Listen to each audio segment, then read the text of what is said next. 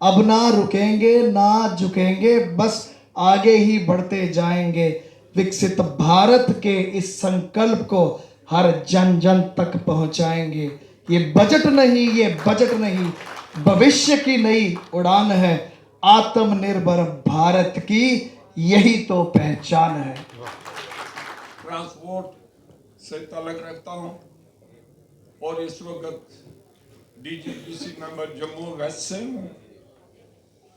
इसमें हमने देखा है कि ट्रांसपोर्ट के बारे में ना तो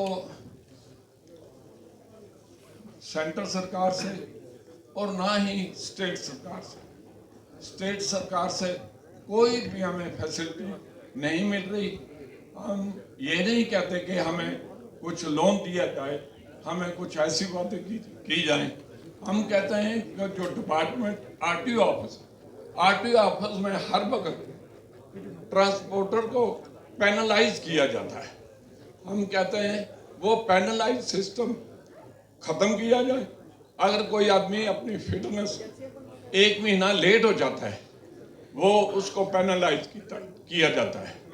अगर उसका परमिट लेट हो जाता है, उसको पेनलाइज किया जाता है। ये जो पेनलाइज जो प्रोसेस है, ये खत्म किया जाए और ट्रांसपोर्ट इस पेनलाइज सिस्टम से इस वक्त 2-4 है और खत्म होने की जगह खड़ा है।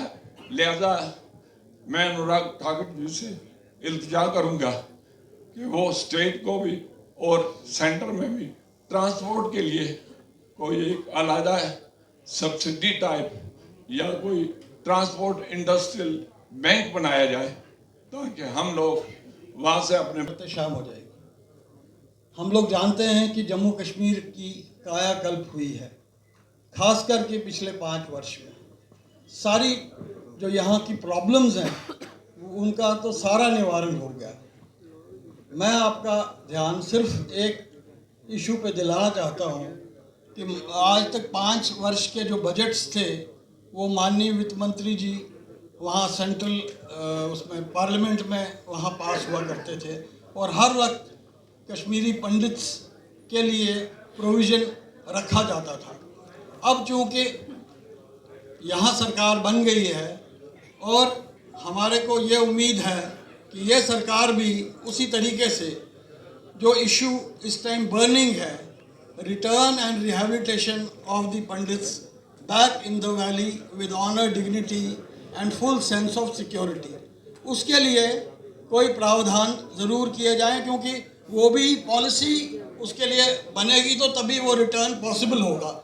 और उस पॉलिसी को बनाने के लिए मुझे उम्मीद है कि आपके सौजन्य से माननीय वित्त मंत्री जी तक ये बात पहुंचाई जाए कि कुछ प्रोविज़न ऐसा किया जाए कि अगर पॉलिसी कल को बनती है तो पहले ही एक एलोकेशन उसके लिए रखी जाए ताकि जो ये रिटर्न एंड रिहेबिलिटेशन है ये पॉसिबल हो सके।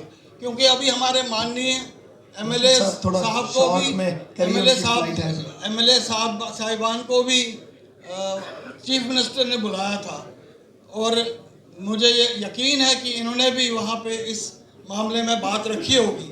और लास्ट बात यह है कि नॉमिनेशंस को भी कांग्रेस पार्टी की वजह से होल्ड पे रखा गया है, अदरवाइज इस मंच पे बोलने की हमें आवश्यकता नहीं पड़ती। वो नॉमिनेशंस भी कांग्रेस की वजह से ही, क्योंकि वो कोर्ट में चले गए, सारी नॉमिनेशंस रुक गई और एमएलएज को अगर कंसल्ट करना है तो कश्मीरी पंडित्स के जो 2 एमएलएज बनने थे और बाकी 3 और भी बनने थे, उनको वहाँ जाके मौका मिलना था अपनी बात रखने का। इतना ही कहते हुए मैं धन्यवाद clearly mentioned, but if you look at the overall budget allocation, that is, for example, Home Ministry, which is for the Interior Ministry, and they further allocate funds to the states.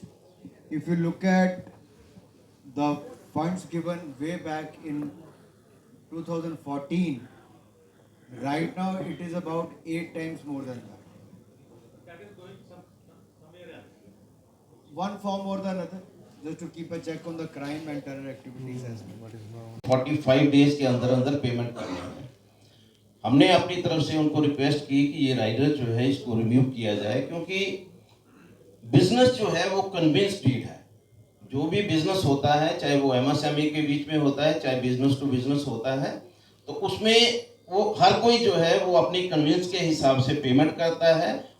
Convince के हिसाब से वो जो भी उनकी आपस में understanding होती है उसी तरह से पेमेंट होती है।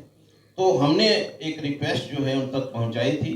मैं आपके माध्यम से एक बार फिर उस रिक्वेस्ट को रखना चाहूँगा कि वो रिक्वेस्ट जो है वो फिर से वो मानी जाए, ताकि आम व्यक्ति जो है, चाहे वो एमएसएमई यूनिट है या ट्रेडर्स हैं, वो ठीक से बिजनेस कर सके। जो आपने सक्षम आंगनवाड़ी और जो आपने पोषण 2.0 के लिए जो प्रोविजंस किए हैं बजट के लिए, वो भी बहुत बहुत तालियों के हकदार हैं, क्योंकि जो women ministry of women and child development है उसका आज 81% ऑफ द बजट इसी में यूटिलाइज किया जा रहा है in the union budget. So again really much appreciated in the union budget.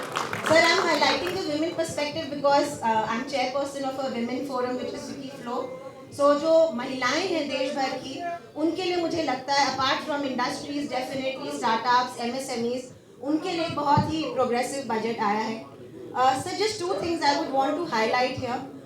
So just a request that if we could just develop a robust mechanism जहाँ पे हम एनालाइज कर पाएँ पूरा जो प्रोग्रेस है विमेन का, जहाँ पे वो ये स्कीम्स अवेल कर रही हैं, अगर उसको मॉनिटर कर पाएँ और एक ग्रेटर अवेयरनेस क्रिएट कर पाएँ कि विमेन के लिए स्कीम्स क्या हैं और उसके लिए थोड़ी फंडिंग डायरेक्ट कर पाएँ।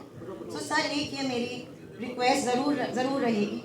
और एक sir, I thought I request you for a big skill development centre, जो कि I think government has already taken up. So huge congratulations sir, and thank you so much for We already have the Poshan tracker. So we digitally track that which woman is getting what facility and what impact has been made. So there is an impact assessment study as well. And Poshan tracker gives you a lot of data on that as well. आज माननीय केंद्रीय मंत्री श्री अनुराग ठाकुर जी यहाँ पे आए थे। जम्मू के जितने भी यहाँ के नागरिक, यहाँ के उद्यमी, इंडस्ट्रियलिस्ट, युवा, यहाँ की महिला शक्ति, सबके साथ बजट पे चर्चा हुई है।